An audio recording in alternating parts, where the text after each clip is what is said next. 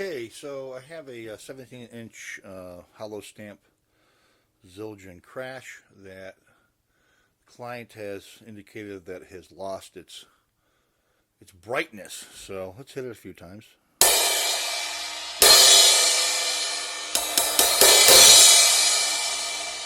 think I might hear a little sizzle going on also. So what we're going to try to do is determine first of all where that sizzle's coming from. It might be up in here because this item actually has JB Weld on it and a little slug underneath it. So there's a possibility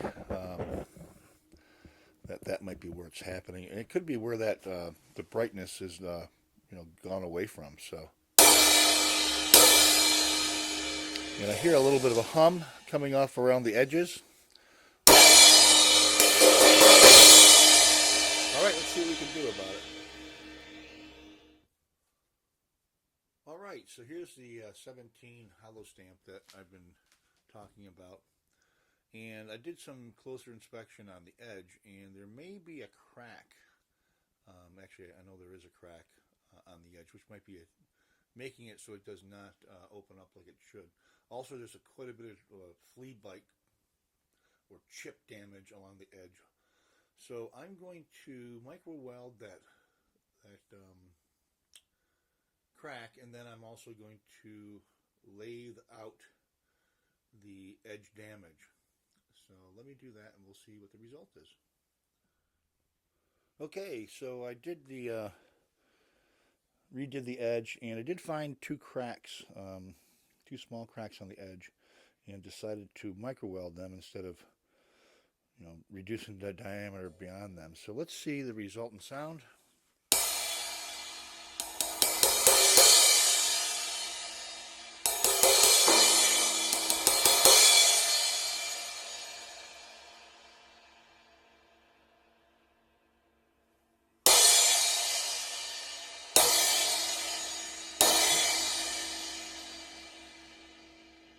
Okay, so there's still an annoying,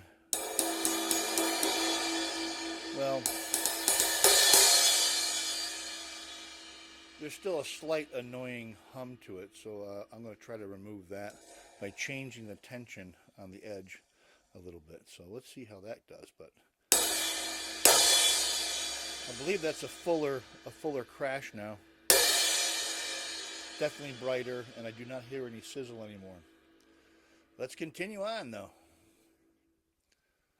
Okay, I did a very light band hammering around the edge, and you can actually see that on the underside if I can get a decent image. You can see right there, you can see all the little hammer marks. So they go all the way around. It's just inside the edge area. So let's see how it affected that. So it's actually working on the bottom of the cymbal. Generally speaking, reduces tension. So on a big ride, that's how I might want to, reduce the frequency of that main sound. But in this case, I'm just trying to adjust the frequency to get rid of the hum. So let's see how this happened.